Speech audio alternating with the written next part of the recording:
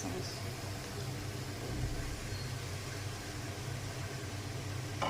এখন ঢাকনা দিয়ে ঢেকে দেব।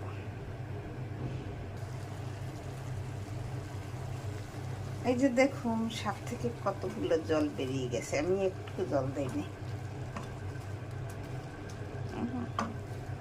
এখন এই মশলাটা দিয়ে দেব।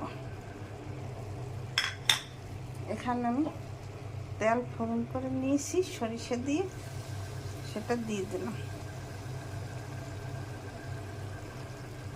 আর একটু সময় লাগবে, এই জলটা টানলে আমি তুলে নেব।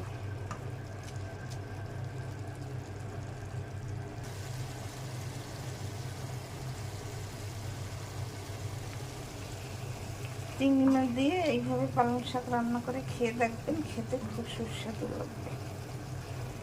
দেখুন দেখতে কত সুন্দর হয়েছে, খেতে খুব দুর্দান্ত স্বাদ হবে। আপনারা এরকম রান্না করে খেয়ে আমাকে কমেন্ট করে জানাবেন কি স্বাদ হয়েছে। এইটুকুই, এইভাবে ঝোল মাখা মাখা রাখলেই স্বাদ ভালো হয়, এর বেশি টানানো যাবে না।